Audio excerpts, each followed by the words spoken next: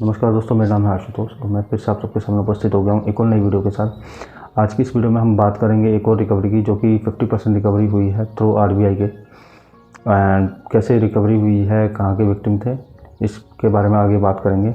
तो बिना वक्त गवाए वीडियो को शुरुआत करते हैं। वीडियो अगर पसंद आए वीडियो को लाइक करें, चैनल को सब्सक्राइब करें ताकि और भी आपको अपडेट्स मिलती रहे। तो दोस्तों, विक्टिम राजस्थान के हैं। राजस्थान के विक्टिम हैं। जब इनके साथ ये इंसिडेंट हुआ था, इन्होंने वही चीज़ की थी जो नॉर्मली सब लोग करते हैं, साइबर कंप्लेन, एफआईआर और बैंक में कंप्लेन। हालांकि बैंक से सपोर्ट नहीं मिला था। इनका कुछ अमाउंट होल्ड हुआ था, जिसके बिहाफ पे ये कोर्ट भी गए थे, कोर्ट ऑर्डर निकलवाने। वहाँ पे इनका कोर्ट ऑर्डर एप्लीकेशन इसलिए रिजेक्ट हो गई, वहाँ पे बैंक का सही मांगा गया था। तो बैंक के सही में उनसे ये पूछा गया था, बैंक से, क्या इनके साथ फ्रॉड हुआ है और जो भी इनका जो अमाउंट है वो रिकवर कर सकते हैं। तो बैंक ने अपने सही में कहा था कि ये फ्रॉड की कैटेगरी में नहीं आता है, क्योंकि इन्होंने अर्निंग के बेस पे, लालच में आके ये पैसा इन्वेस्ट किया है इसमें, तो ये कहीं से भी फ्रॉड की कैटेगरी में नहीं आता। तो जज ने उस चीज़ को, एप्लीकेशन को रिजेक्ट कर दिया। अब आगे फिर इन्होंने दोबारा से आरबीआई को एस्केलेट करना चाहा। यहाँ पे आपको नोट करने वाली चीज़ ये है, आरबीआई किसी भी कोर्ट, ट्रिब्यूनल या अथॉरिटीज़ के रिजेक्शन वाले केस को कभी भी इंटरटेन नहीं करती है। बट मैंने आपको कहा है ना, आपको हार नहीं माननी है किसी भी चीज़ में। आप ट्राई करो, ट्राई करने में क्या जा रहा है। और सब्जेक्ट चेंज करोगे, सब कुछ हो सकता है। यहाँ तक कि जो कोर्ट ऑर्डर रिलीज हो जाता है, हम उस मामले में भी आरबीआई को कनेक्ट नहीं कर सकते। बट फिर भी काफ़ी विक्टिम के केस में हम लोग उस चीज़ को कनेक्ट किया है। तो यहाँ पे भी इस विक्टिम ने हार नहीं मानी, ट्राई किया। और मज़े की बात यह है कि बहुत कम केसेस में आरबीआई पहली बार में ही विक्टिम के फेवर में जजमेंट दे देता है, और जो कि इनके केस में देखने को मिला। हालांकि उनके 3 बैंक अकाउंट में पैसे गए थे, आईसीआईसी, कैनरा बैंक और एचडीएफसी में जो 20,000 गए थे उसको पता नहीं क्यों नहीं कंसीडर किया, लेकिन आईसीआईसी और कैनरा बैंक से जो 70,000 रुपये की ट्रांजेक्शन हुई थी दोनों को मिला के, उसका 50% टोटल यानी कि 35,000 इनके अकाउंट में 20 तारीख को डाल दिए गए हैं। अभी इस केस में हम दोबारा आरबीआई को एस्केलेट कर रहे हैं कि उन्होंने एचडीएफसी को कंसीडर क्यों नहीं किया, एचडीएफसी से उनको पैसे क्यों नहीं आए हैं, और 50% ही अमाउंट क्यों आया है। उस चीज़ के लिए अभी और एक और एस्केलेशन चल रही है। बाकी क्या रिजल्ट आता है वो मैं आपको आगे बताऊंगा। बट इस केस से आपको समझने ये चाहिए कि इस विक्टिम ने कोर्ट से रिजेक्ट होने के बाद भी हार नहीं मानी। जहाँ पे लोग 1-2 क्लोजर से हार मान लेते हैं, वहाँ पे इस विक्टिम ने ऐसे हार नहीं मानी। तो उम्मीद करूँगा आप लोग भी अपने केस को इसी तरीके से आगे बढ़ाएं, हिम्मत के साथ।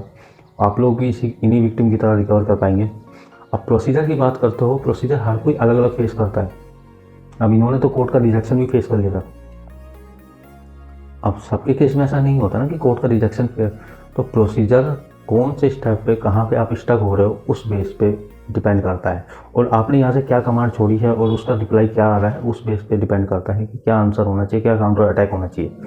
तो इस चीज़ को आपको समझना है। चीज़ें आपके पास आ रही है तो आपसे अच्छा रिजॉल्व कौन कर सकता है उस चीज़ को, ठीक है। हालांकि कई रास्ते हैं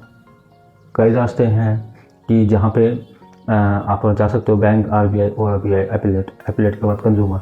बट आपको ये भी समझना पड़ेगा, जब आरबीआई आपको 12 महीने दे रही है एक कंप्लेंट के लिए, तो आप उस चीज़ को यूज़ क्यों नहीं कर रहे। बेटर है कि 4 महीने आप अपनी बैंक से लड़ लो, 4 महीने फिर आरबीआई से लड़ लो। उसके बाद डिसाइड करो ना ऊपर की अथॉरिटी को पहचान कर।